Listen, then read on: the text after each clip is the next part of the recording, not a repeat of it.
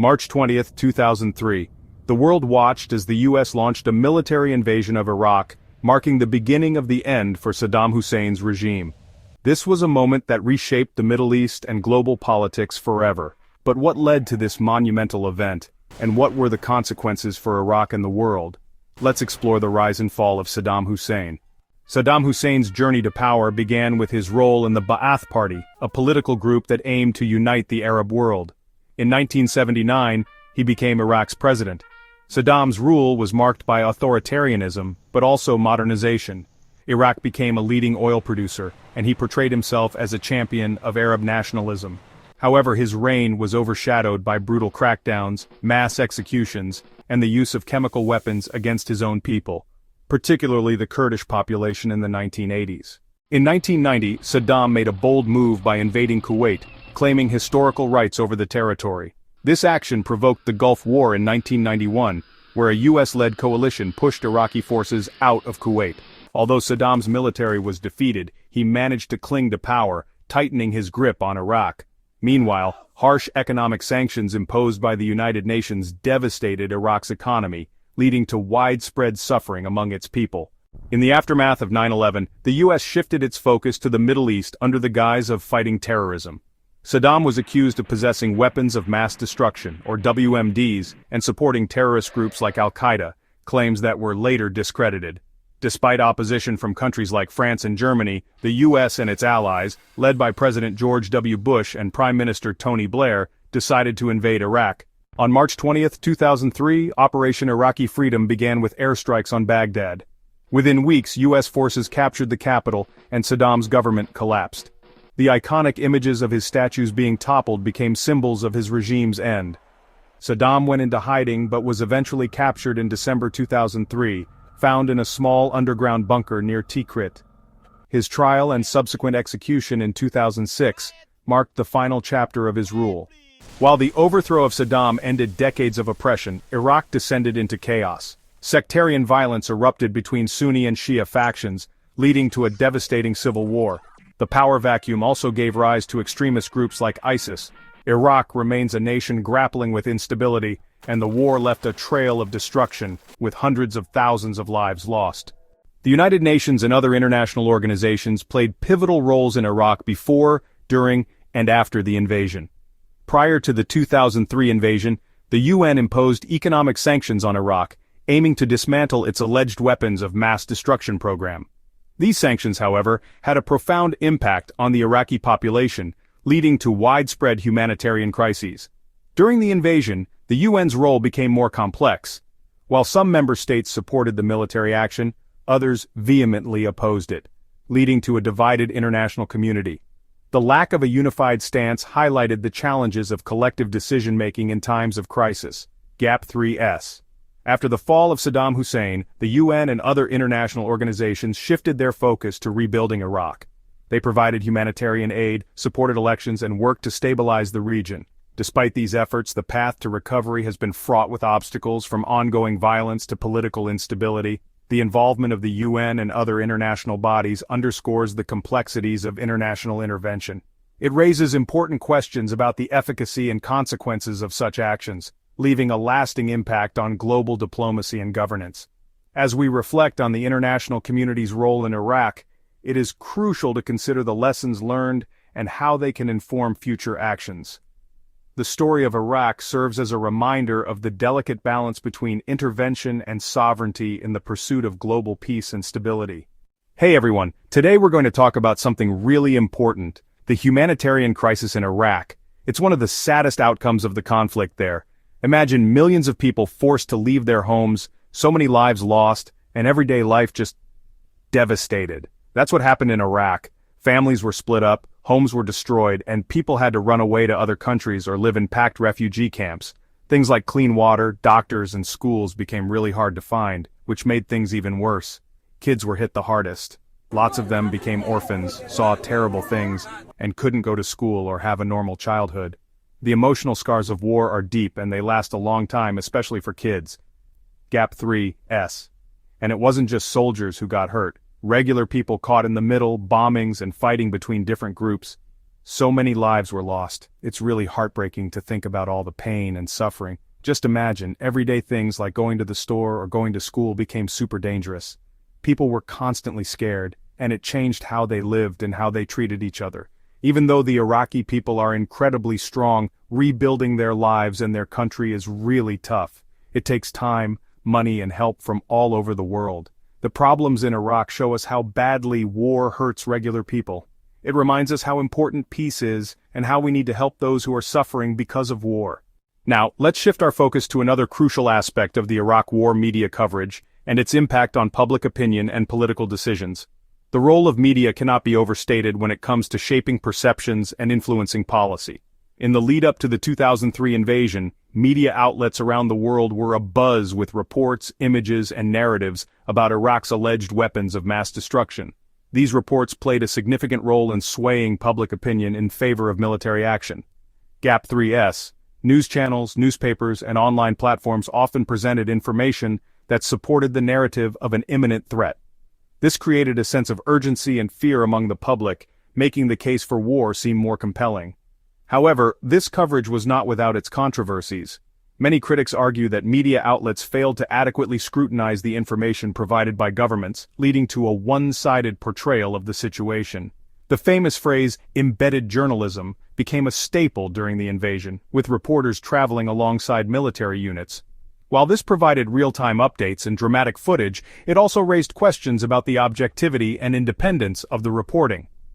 As the war progressed, the tone of media coverage began to shift. Reports of civilian casualties, the humanitarian crisis, and the lack of evidence for weapons of mass destruction started to emerge. This shift played a role in changing public opinion, leading to increased skepticism and opposition to the war.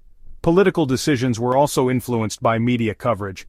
Policymakers were often under pressure to respond to the narratives being broadcasted, which sometimes led to hasty or ill-considered actions. GAP3S. In the end, the media's role in the Iraq War serves as a powerful reminder of the importance of responsible journalism. It highlights the need for a balanced and thorough examination of information, especially in matters of war and peace. GAP3S. Understanding how media coverage influenced the Iraq War can help us navigate future conflicts with a more critical and informed perspective.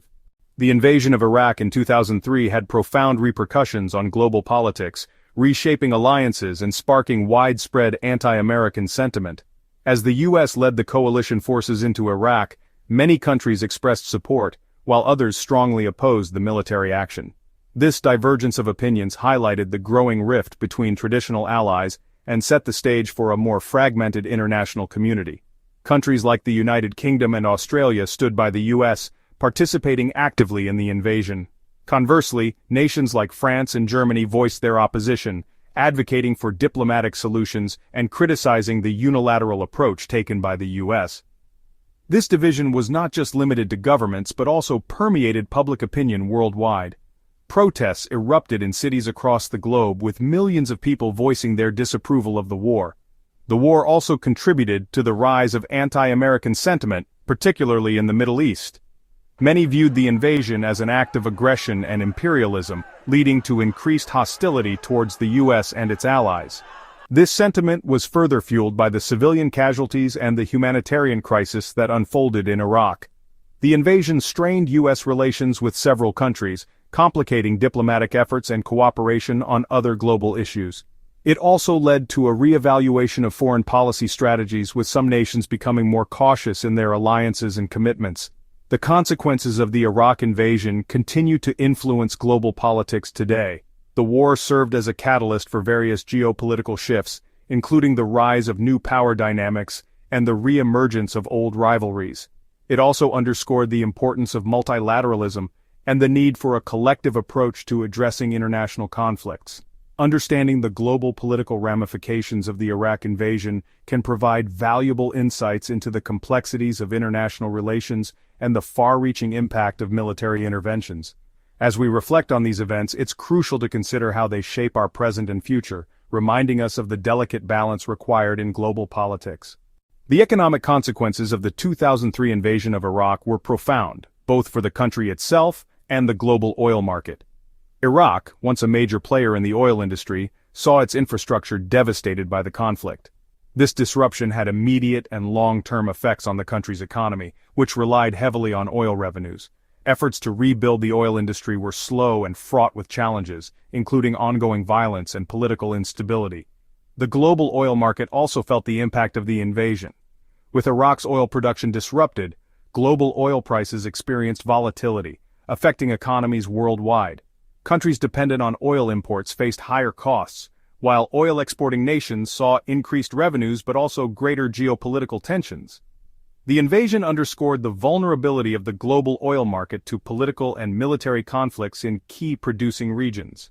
It also highlighted the need for more diversified energy sources to reduce dependency on oil and mitigate the risks associated with such conflicts.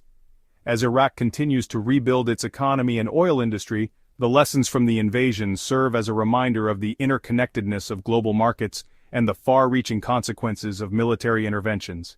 Understanding these economic impacts is crucial for shaping future policies and ensuring a more stable and resilient global economy. By examining the economic fallout from the Iraq invasion, we gain valuable insights into the complexities of post-conflict reconstruction and the importance of sustainable development in achieving long-term stability.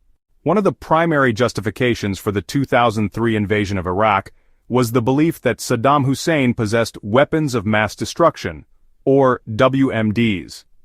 The U.S. government, supported by intelligence from various agencies, argued that Iraq had continued to develop chemical, biological, and possibly nuclear weapons, despite international sanctions and inspections. This narrative was used to build a coalition and garner public support for military action. Following the invasion, extensive efforts were made to locate these alleged stockpiles of WMDs. Teams of experts and military personnel scoured the country, investigating suspected sites and interviewing key figures in Saddam's regime. Despite these intensive searches, no WMDs were found. The absence of WMDs led to significant controversy and criticism. Many questioned the credibility of the intelligence used to justify the war and the true motivations behind the invasion. The failure to find WMDs damaged the reputation of intelligence agencies and eroded public trust in government statements. It also fueled debates about the ethics and legality of preemptive military action based on perceived threats. In the years following the invasion, numerous investigations and reports concluded that Iraq had dismantled its WMD programs in the 1990s, after the Gulf War. The findings highlighted the complexities and challenges of intelligence gathering and the risks of acting on incomplete or inaccurate information. The hunt for WMDs in Iraq remains a cautionary tale about the consequences of misjudgment and the importance of thorough verification before taking drastic measures. It serves as a reminder of the need for transparency, accountability, and rigorous scrutiny in matters of national and global security. As we reflect on the legacy of the Iraq invasion, the lessons learned from the WMD search underscore the critical importance of credible intelligence and the profound impact of war on nations and their people. Hey everyone! So, after the 2003 invasion, Iraq was like totally messed up. Everything was broken: roads, buildings, hospitals, you name it. The government was a mess too. So, a huge rebuilding project started. Think of it like putting Humpty Dumpty back together again, but way bigger. Lots of countries and groups chipped in, spending billions of dollars to get things like electricity, water, schools, and hospitals back up and running. They had to fix roads, bridges, and even build new ones from scratch. GAP 3S. But it wasn't easy. There were lots of problems. Sometimes money wasn't used wisely, and it was dangerous for the people doing the rebuilding work. Many projects were delayed or just stopped because of the danger. Plus, the government was still shaky, with different groups fighting for power. That made things even harder. But even with all those problems, good things happened. Schools reopened, hospitals got supplies, and things started to feel a little bit normal again. The help from other countries was really important, but so was the spirit of the Iraqi people. They didn't give up. Neighbors helped neighbors, working together to fix their communities. Rebuilding Iraq is a long, slow process, kind of like a marathon, not a sprint. The war left deep wounds that will take a long time to heal. But the effort to rebuild shows how strong people can be, even when things are really tough. It shows that things can get better. As Iraq keeps moving forward, what we've learned from this is super important. It shows how countries working together, a good government, and strong communities can help rebuild a whole nation. Hey everyone, and welcome to the channel. Today we're diving into a really important topic, the long-term effects of the Iraq War. It's a complicated story with lots of different angles, kind of like a giant puzzle. For the people of Iraq, the war meant the end of a really bad dictator, Saddam Hussein. But it also led to a lot of instability and fighting. Different religious groups clashed, the government became weak, and extremist groups like ISIS gained power. This made it really hard for Iraq to find peace. But even with all that chaos, the Iraqi people showed incredible strength. They never gave up on rebuilding their country, even though it was incredibly difficult. The war also had a huge impact on the rest of the world. Gap 3S. It changed how countries interact with each other, how governments make decisions about other countries, and it started a lot of conversations about when it's okay for one country to get involved in another country's problems. It also showed us how important it is to understand different cultures and political systems before getting involved in other countries' affairs. For a lot of people, the Iraq War is a sad reminder of how terrible war can be. It showed us that talking things out and finding peaceful solutions is always the best way to go. Looking back at the Iraq War, we see how strong people can be, how important it is for people to work together, and how we should never give up hope for a better future. We can learn a lot from what happened in Iraq, and those lessons can help us make better decisions about how we deal with problems around the world. The overthrow of Saddam Hussein was a turning point in global history. For some, it was a necessary act to end tyranny. For others, it was a misguided war that caused immeasurable suffering. What do you think? Was the invasion justified? Share your thoughts in the comments below, and don't forget to like, share, and subscribe for more insights into history's pivotal moments. This video is made by AZ. He is from a great majesty family, a lineage of royalty and heroism in Iran. For 45 years in America, AZ has been a tireless advocate for peace, calling into radio talk shows and sending over 5,000 messages to governments urging them to spend money on food, not war. AZ's family, the last great royal family of Iran, ruled their state with justice and lived in a castle. They freed Iran but did not claim the entire kingdom. However, the discovery of oil on their land led to their overthrow by England and its puppet king, Flavi. Azi hails from the same region as the legendary Persian king, Cyrus the Great. On his father's side, AZ's lineage includes protectors of Jews in the 1930s, with Jews taking to the streets to honor them. Iran, or Persia, boasts thousands of years of history, contributing significantly to global culture, from the Constitution of Europe and America to the YouTube algorithm, and even the halo atop Jesus' head. Cyrus the Great, 2,500 years ago, introduced the first human rights in history and freed the Jews from Babylon.